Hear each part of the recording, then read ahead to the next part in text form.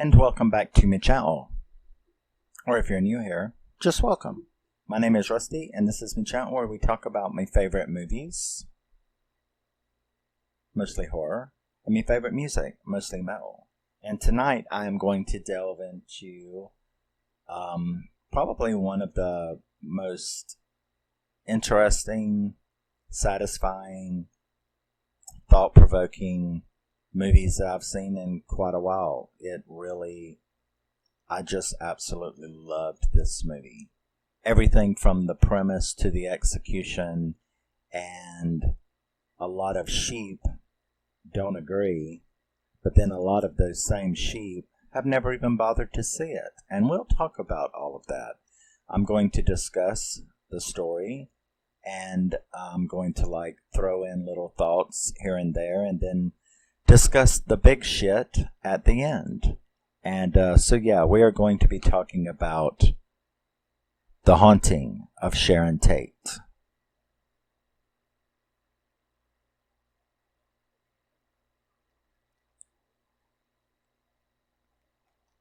I've been wanting this for quite a while. Finally got around to getting it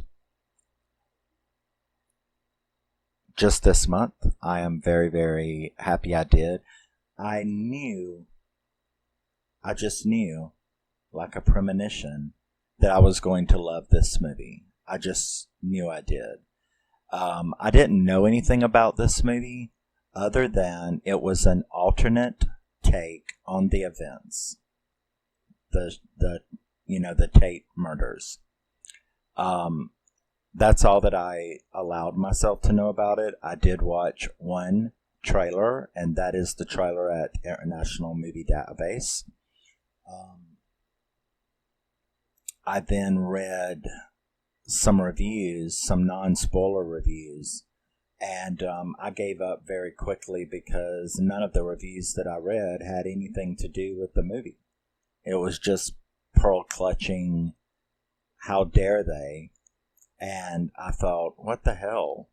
And that's when I found out that Sharon Tate's sister went on a PAN campaign against this movie, which I found very, very interesting, and we'll discuss that as well.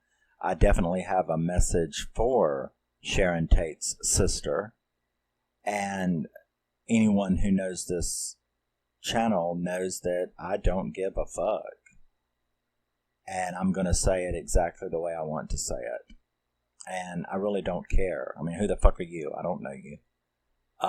So, yeah, I do have something to say for this woman who seems to have not said a word about Helter Skelter or Aquarius or Quentin Tarantino in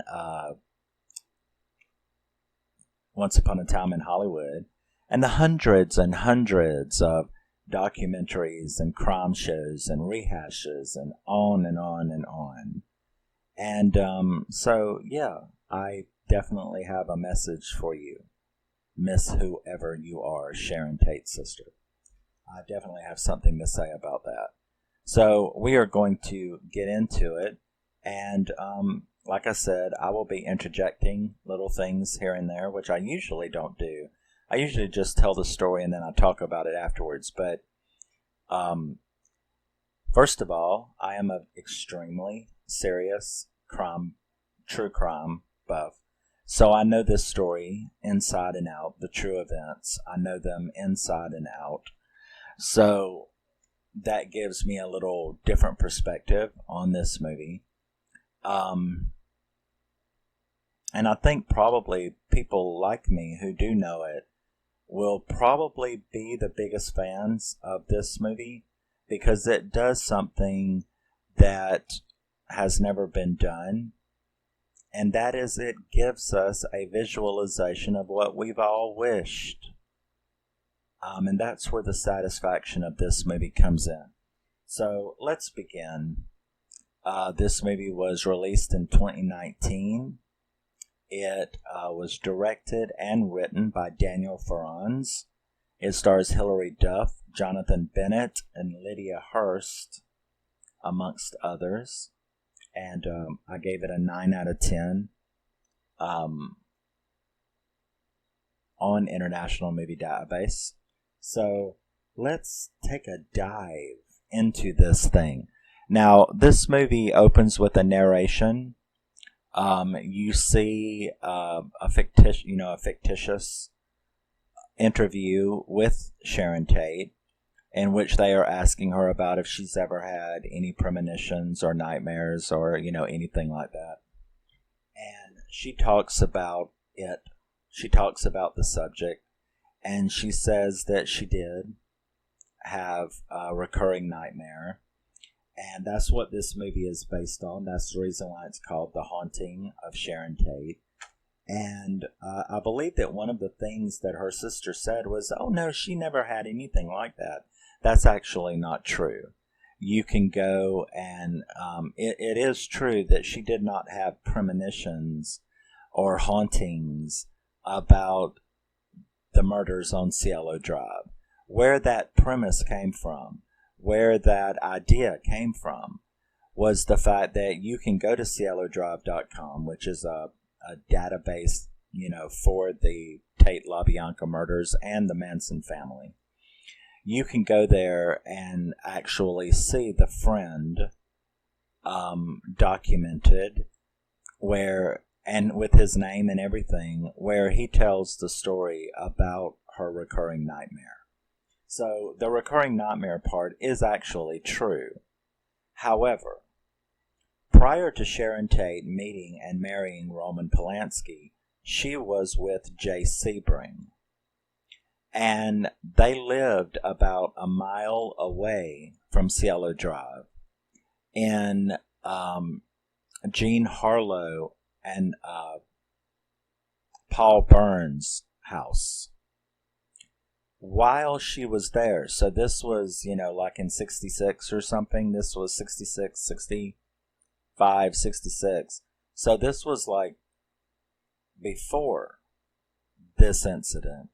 She did tell her friends that she had a recurring dream in Jean Harlow and Paul Byrne's house. Now, if you don't know who they are, Jean Harlow is a famous movie star who died of pneumonia. And her husband, Paul Byrne, committed suicide. If you would like to know her story, there is a kind of fictionalized but pretty good movie called Harlow, which is one of the best movies of the 60s, late 60s. And it stars Carol Baker as Jean Harlow, and her rise to fame, her marriage to Paul Byrne, his suicide, and the reasons why. Let's just say she kind of did what Judy Garland did. Married a gay guy who thought she could, change that. She was unaware of it, unlike Judy Garland, in my opinion. But in any event, she did have a recurring dream, a nightmare. She didn't call it a premonition, about her waking up, her nightmare of finding her and Jay Sebring tied up with ropes and their throats cut and everything to the spiral staircase in Paul Byrne's house. So that's where I think the premise of this came from, because yes, she did not have premonitions about this event, but she did have a premonition about her own death and Jay Sebring's death, but it was way before this. So, and it's documented, you can find it. So what the fuck her sister was talking about, I don't know. But, so, like I said, we have a narration of an interview with Sharon Tate in which she is talking about the nightmare, that nightmare. However, they're applying it to this event instead of what's accurate, the true thing. This is a fantasy, a supernatural fantasy, by the way. So we flash forward to a year later, and we have news reports of the killings. They show real interviews and real news reports on the Tate murders, and actual photos from the crime scene and from the book Helter Skelter. So we see that, and then we begin the movie. which takes place 3 days earlier from those scenes. 8/6/69, we see J.C. Sebring and Sharon Tate arriving at the house at 10050 Cielo Drive. They're greeted by Abigail Folger and Wojtek Wachowski inside the house. They show her the nursery, which she was a little disappointed about because she wanted to fix it up herself, but they chat about Roman not coming home because of his work on Day of the Dolphin, so he didn't come home. And they chat about stuff like that. They have dinner, and that begins the biggest premise of this movie. They start talking about predestination, destiny, fate, and how interesting it is to think about how one little decision, how little decisions in your daily life can affect your entire life from then on.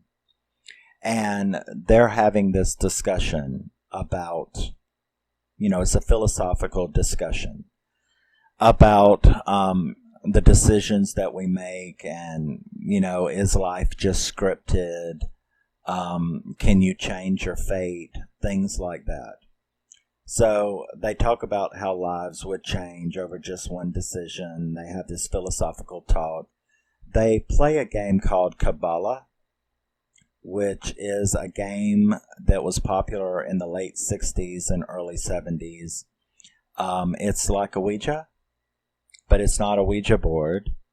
It's a game that, you put your hands on it.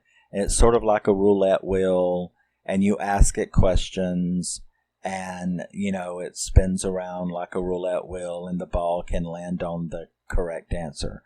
So it's a Ouija-type game, a fortune-telling game that has a lot of the same principles as Ouija, but they don't do it. Or Ouija. I don't know. It just sounds stupid to me. I call it Ouija. But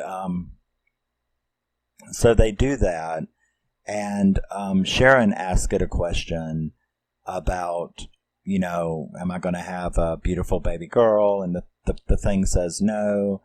They're like, oh, I knew you were going to have a boy. And then she asked, am I going to live a long, happy life? Now, it's at this moment that there is a knock, a banging knock on the door. And Wojtek gets up and answers the door, and it's someone, Sharon gets a weird feeling, and, who the hell is that? And it's Charlie Manson. And he is wanting to deliver a package for Terry Melcher. Now, Terry Melcher lived in Cielo Drive prior to Roman and Sharon Tate moving in. This is true. Charles Manson did show up. Sharon Tate did see Charles Manson on one of those occasions where he showed up, still believing that Terry Melcher lived at Cielo Drive. So, that part, is true. So they go, and she asks, Wojtek tells him that, I've told you before, man, Terry Melcher does not live here anymore. This is Sharon Tate and Roman Polanski's house. So, you have that moment. It's Charlie asking for Terry Melcher, who lived there before Sharon and Roman.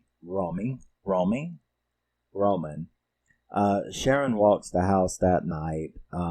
You can tell that they are being spied on and looked at from outside.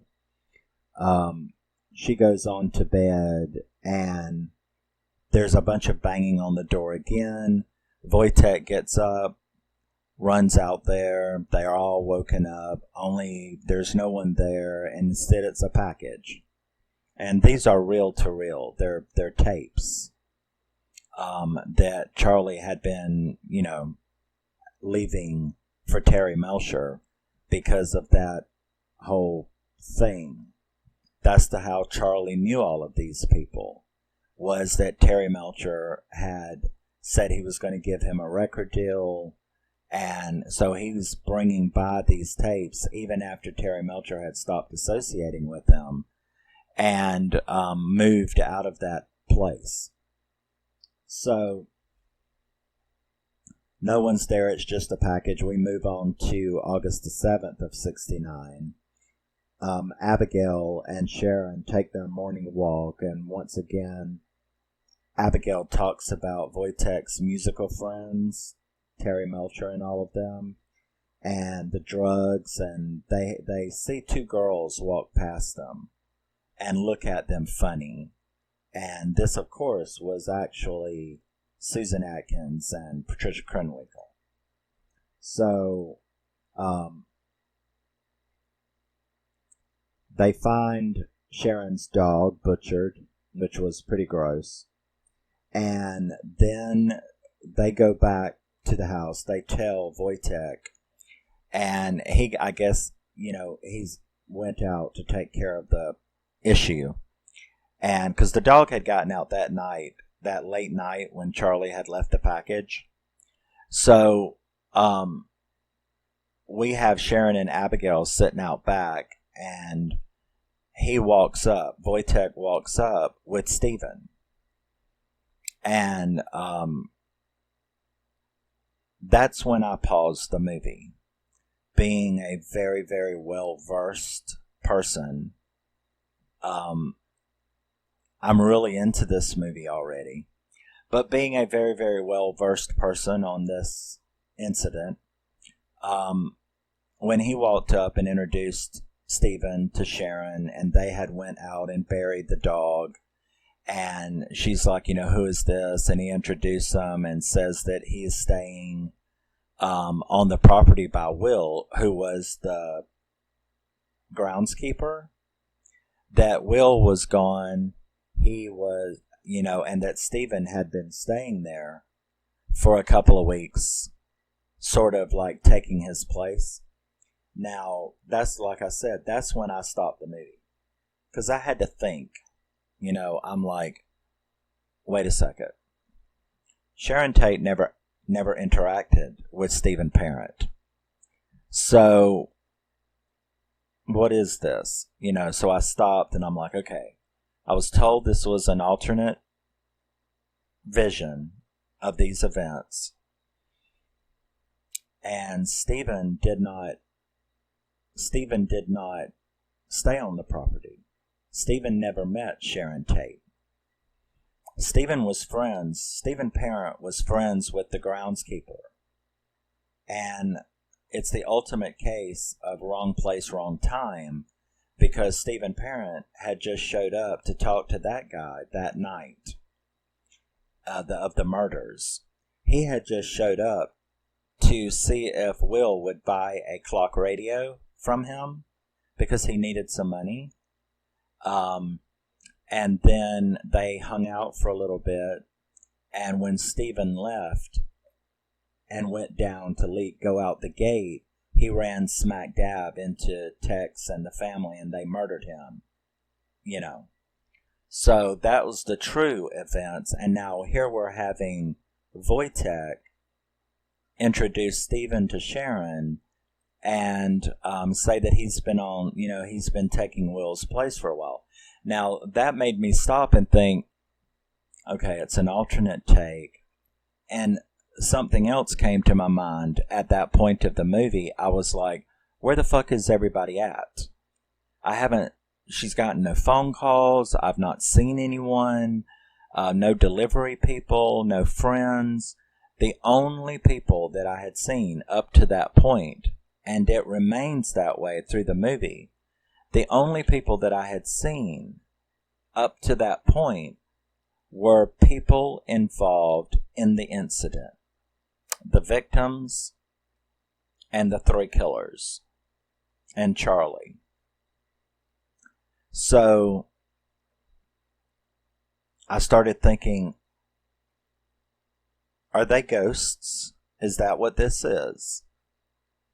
You know what I mean? So she's introduced to him, and they had went out and buried the dog. They meet Stephen. He and Wojtek had buried the dog. And we see Sharon that night apprehensively walking around the house. We see that they're still being stalked, little shadows in the window, things like that. She ends up going into the music room where she actually listens to one of Charlie's tape reels to a song that he had written from one of the packages that he had been bringing around the house for Terry. They all take a swim the next day. She again talks more about fate and destiny and could they change it? You know, could people change their fates? Things like that. Jay comes up by, reminds her of their dinner at the El Coyote the next night. Sharon has another restless night. We see a girl at the window who waves at Abigail. Sharon hears someone at her bedroom door. And again, she gets up, walks around, and then we have the murder scene. The actual real events where we see them all murdered by Tex, Sadie, and Krenwinkel. And let me tell you,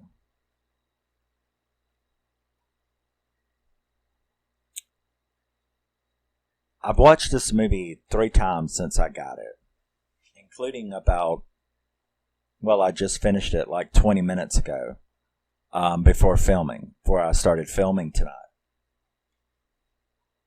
That scene causes me extreme anxiety. The way that scene is filmed is so fucking brutal.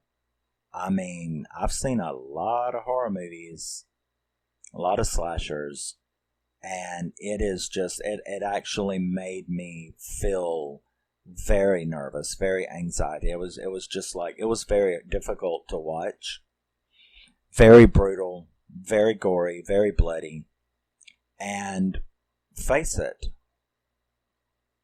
that event was that very thing, okay? You can't pretty up that event. It was chaotic evil. You know what I'm saying? And they certainly made it so in this film. It was absolutely horrific. And then Sharon wakes up screaming because it was a nightmare. Now that's when I really knew they were all ghosts. Okay?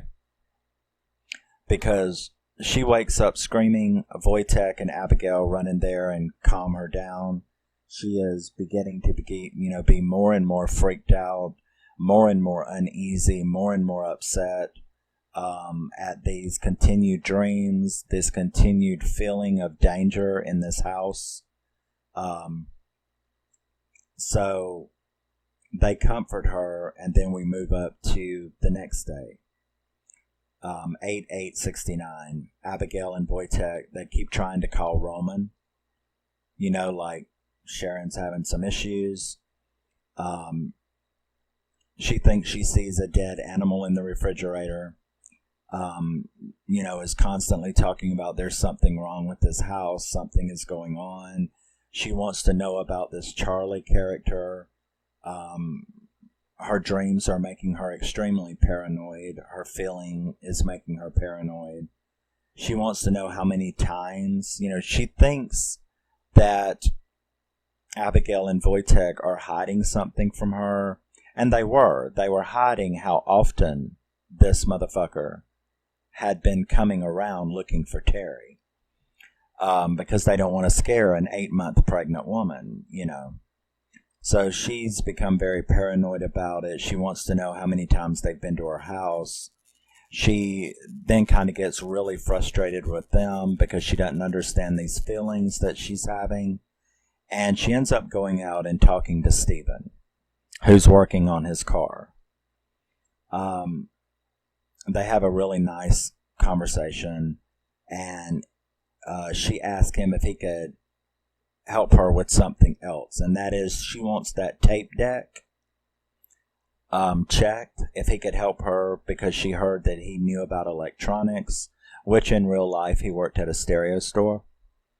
So he said sure. They go into his trailer that he's, staying at on the property, and he tries to help her figure out why this thing keeps coming on by itself, because that's happened several times during the movie, especially in the middle of the night.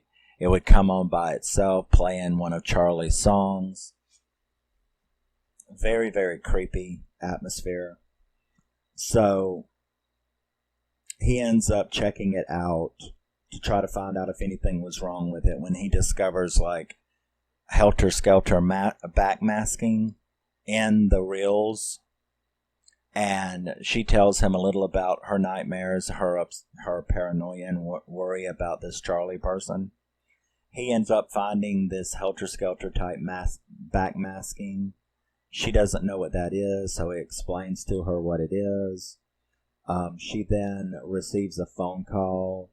She says it's his voice, and that they were all going to die.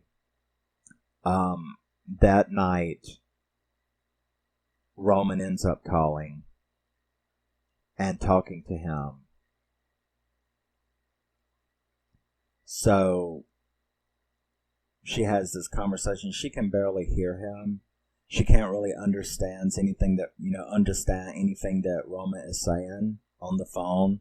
She keeps trying to express all of her paranoia about Abigail and Wojtek and this Charlie person, and people are out to kill her and things like that.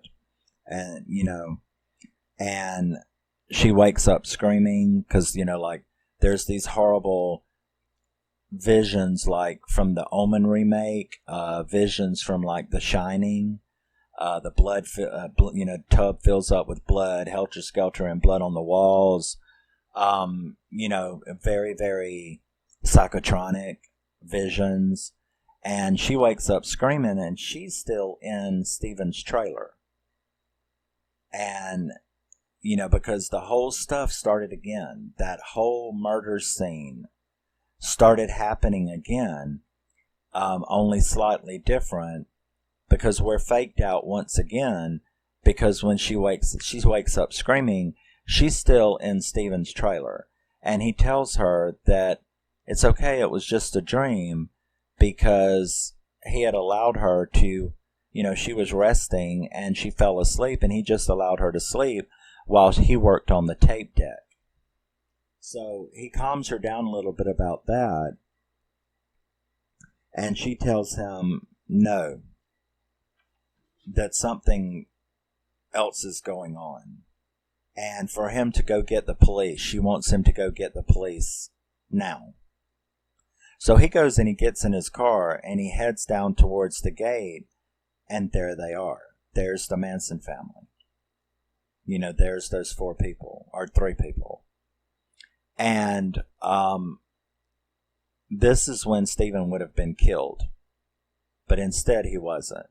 Because all of a sudden, Sharon jumps in the car and starts screaming at him to back up. And he doesn't even know who these people are. He wasn't afraid until she jumped in the car and started screaming for him to back up.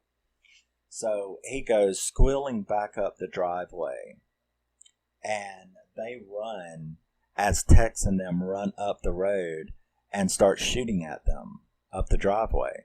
So they manage to get back into the house, and then they all run around trying to lock it down. Abigail and Wojtek are freaked out. They start helping lock the place down. Someone's here to get us, is what Sharon is saying. Jay shows up, wanting to know why she didn't show up at the El Coyote, which is what happened in real life on the day that they died, that night. And she runs to the nursery, where she stops them from getting in that window. And one of the other people stop another one from getting in. So they've managed to do it. And you have Susan and Krenwinkel like walking around the house, little piggy, let us in, or we're going to huff and puff and blow your house in, stuff like that. And it's all very, very tense. It's all very anxious. That's right. So they do manage to get in, though. But Abigail has gotten up in those rafters in the living room. And Sharon had gotten this big switchblade. Not a switchblade. Shaving razor. You know, the folding kind.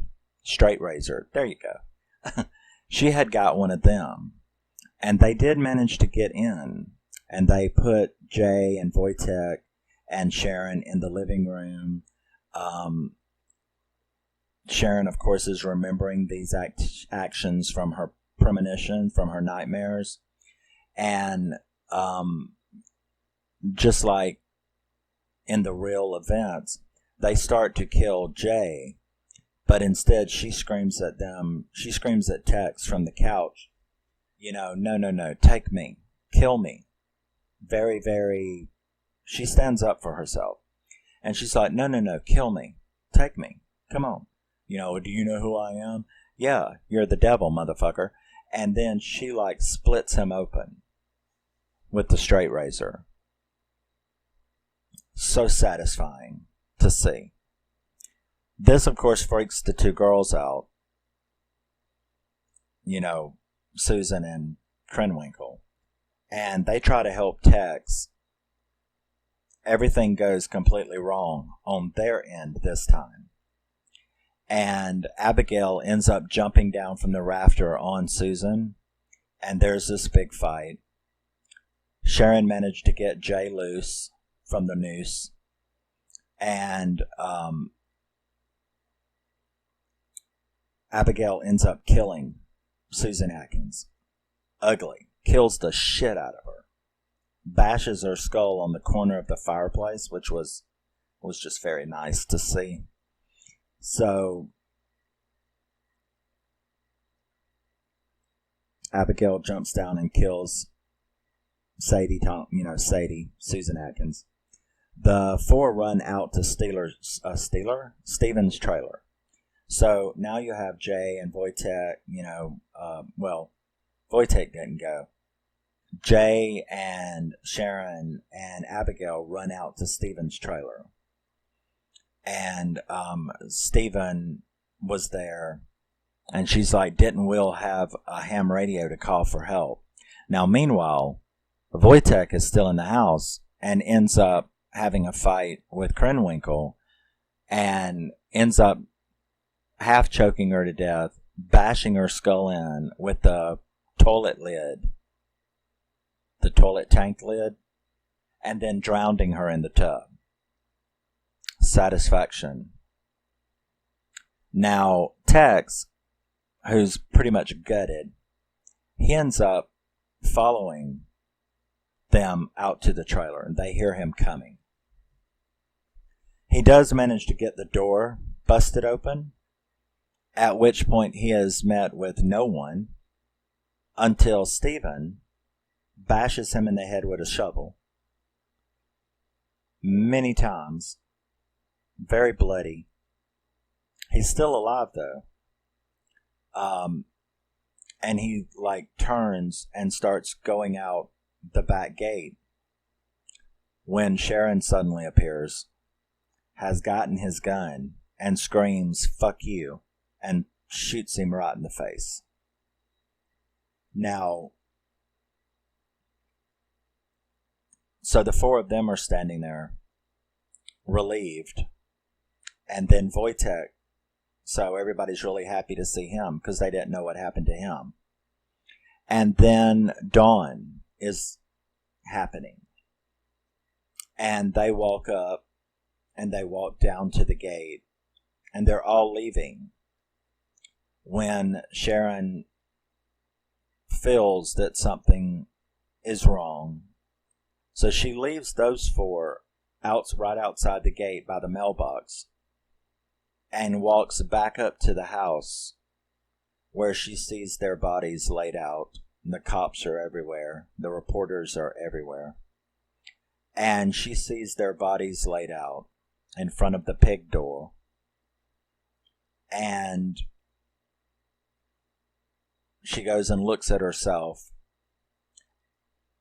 And I think she realizes at that moment what they are. That they're all spirits.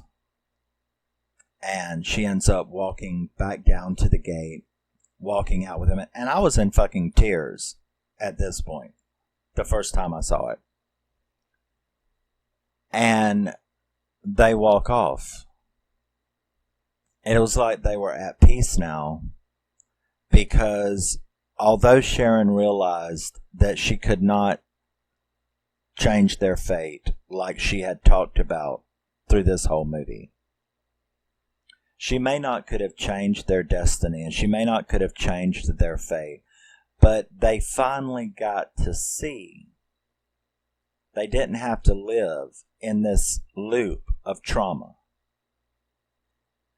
They finally got to see the possibility of a way out, that things could have happened differently with different decisions. Like us all. Like everything. So, this movie is a 9 out of 10 to me. And to tell you the truth, it'll probably end up going to a 10 out of 10. Because I don't know if it's the true crime lover, if it's knowing this story backwards and forwards and having studied it many times. All of the representations and movies and documentaries that I've seen, like I said, this isn't the first time. It was a central theme in Aquarius with David Duchovny. It was a central theme in Helter-Skelter, of course. And it was even a big theme in Quentin Tarantino's movie. And I keep having to stop myself from calling her sister a bitch. But she didn't say a fucking thing about that shit. And I've seen hundreds. There's literally hundreds. Type it into YouTube, my God. There's literally hundreds of true crime shows, evidentiary, deep dives, documentaries, what ifs, and you know, why a bad campaign to get this? It's the only movie that ever gave true crime fans who know this story what we've all wished. Wouldn't you do anything to have those assholes killed instead of Stephen and Wojtek and Sharon and Abigail and Jay and Leo? Yeah. And Leno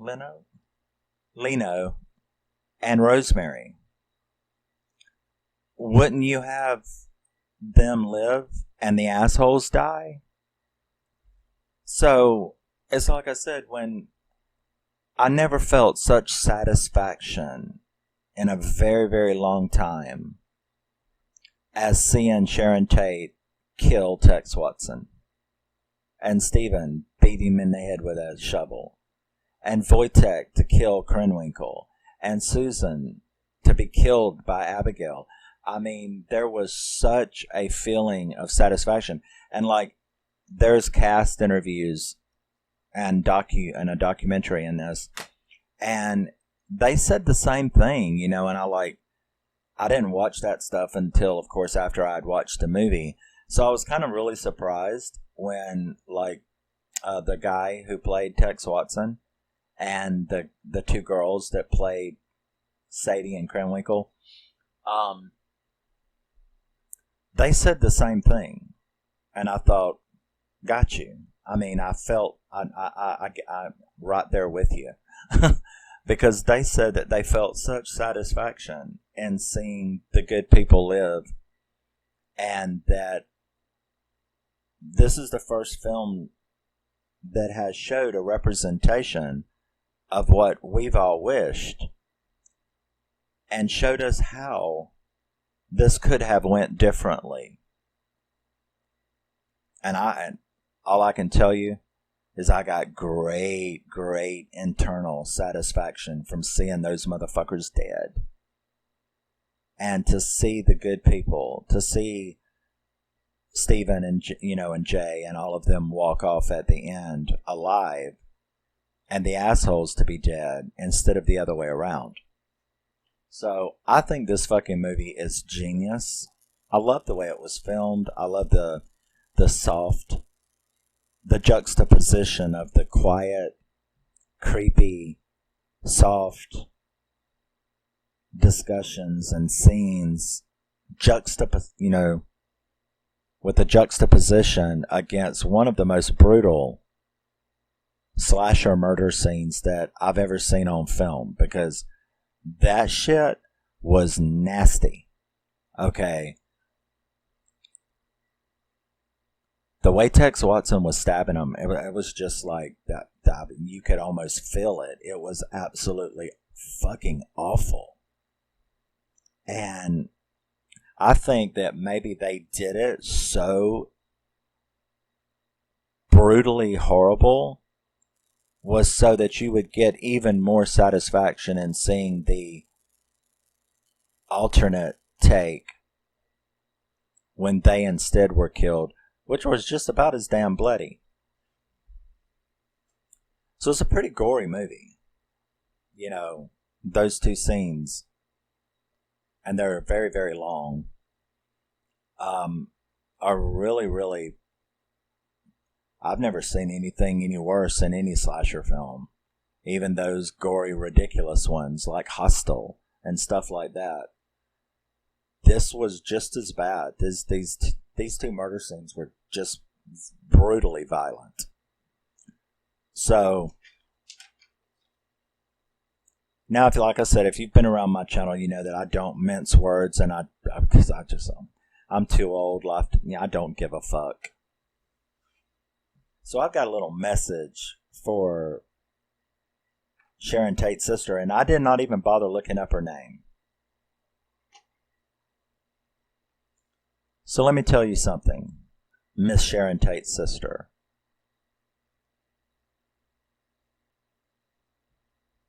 There are 23 to 25,000 murders in the United States alone every fucking year. And thousands of them are just as brutal as that. Horrible mutilations. Horrible. Stabbed 100. What about that little girl here in Florida? Taken off. Stabbed 114 fucking times by that asshole little 14-year-old boy. Okay? 23 to 25,000 people are murdered in this country alone. And thousands of them are ugly murders. Ugly. Dismemberment. Torture. Murder. How dare you? Okay? And this is what I mean by how dare you. How dare you do a pan campaign on a movie that dares to mention your fucking sister and call it exploitation when there are hundreds of fucking documentaries about this. And many movies with this as a central theme. And what's worst of all is what I just told you. Well, let me tell you about this 25,000 people. Nobody remembers their fucking names. They got mamas, they got daddies, they got sons, they got daughters, they got cousins, aunts, uncles, and grandparents. Okay? Friends at school. And within just one generation, sometimes two, but usually within just one generation, they're nothing but a name on a headstone, and nobody can even tell you who the fuck they were. Nobody's got an image of their face in their mind to connect with that name. They're forgotten in just one generation. And yet, you have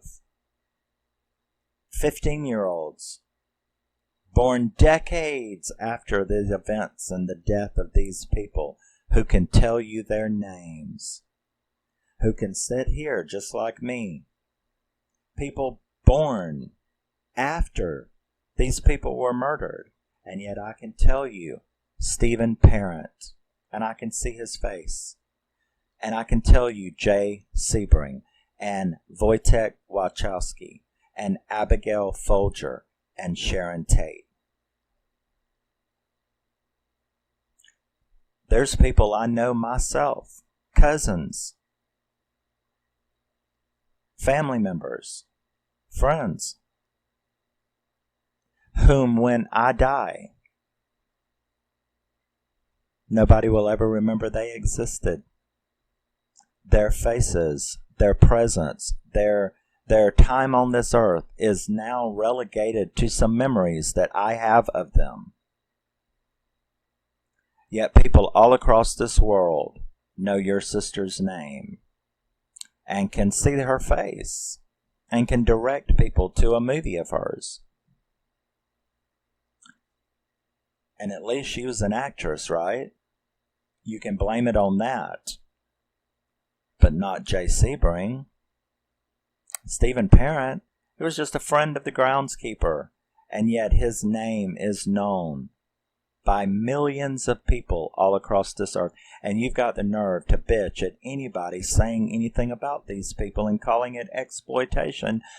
Well, next time you think of that, here's a little exercise for you to do. You take your fat ass and you get into whatever car is closest to you, and you drive to the nearest graveyard. Drive to the nearest cemetery with a pen and a pad and walk around that cemetery and just write down 10 names. Pick a year. Write down 10 names of dead people whose death date is before 1980. And see how many of them that you can find anybody that knows who the fuck they are. And yet you are entitled to think that what? You own her time on this planet? You don't. So you start a campaign against a movie that has a bunch of dumbass sheep, dumbass pearl-clutching sheep. Half of them too stupid to get the damn movie anyway. The other half too stupid to watch it before they get on there and pearl clutch because you told them to. And that's why a 3 out of 10 on International Movie Bank database don't mean shit to me. I'm going to go check it out myself and make up my own mind. So like I said, you think about those thousands of people every year who are brutally murdered in this country alone, who within one generation are completely forgotten.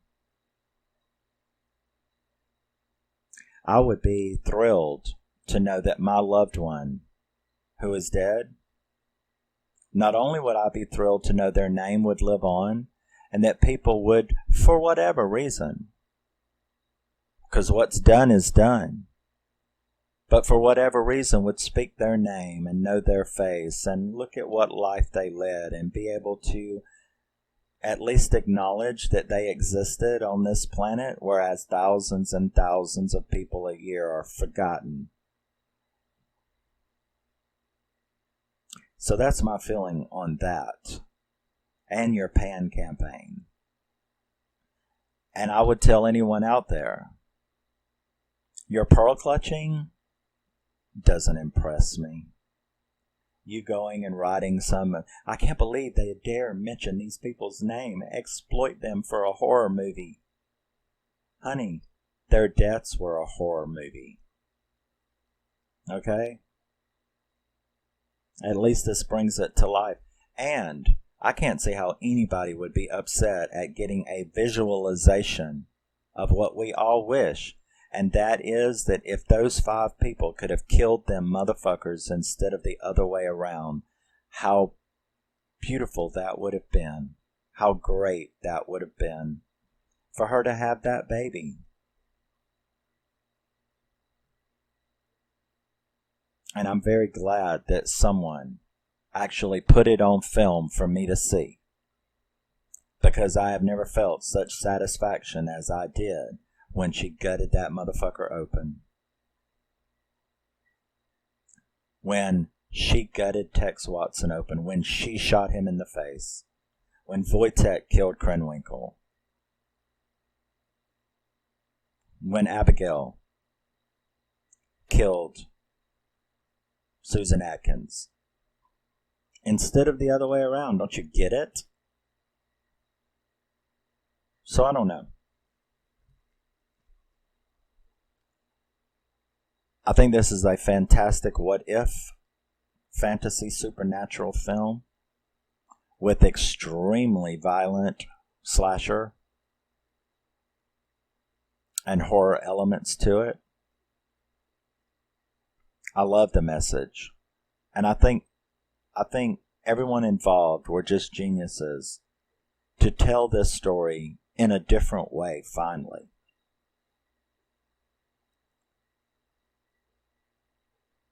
And there you go. The Haunting of Sharon Tate is a fantastic, unique movie. It is a supernatural what-if alternate take on the events of the Tate murders. And I so wish that the way this movie ended was the way that it really ended in real life. And it was scary. It was shocking to see those deaths, to see the real event, even though it was presented as a nightmare in this movie, was just wickedly traumatizing to see. But the redemption was to get to see it the other way around. And I think that that's just fucking genius. And if Sharon Tate's sister got a problem with me, she can contact me, and I'll say all of this to her fucking face.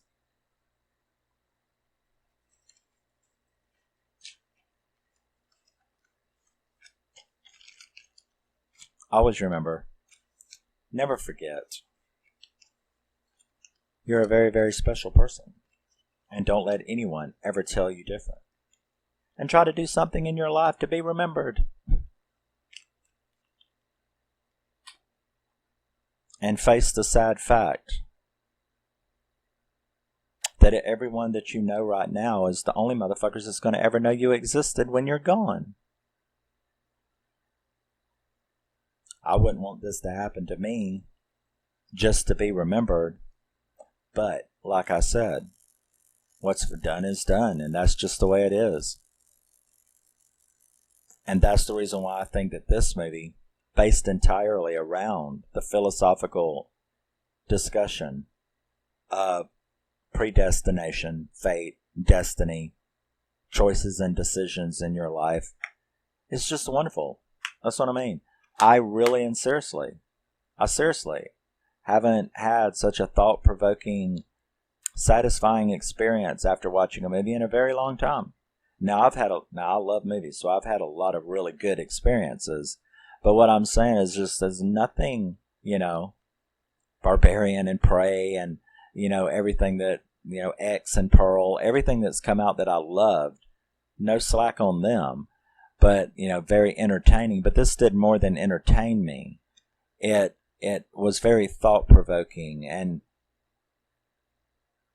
it changed the reality of a true event into something that I would so like to have really been the thing that happened instead.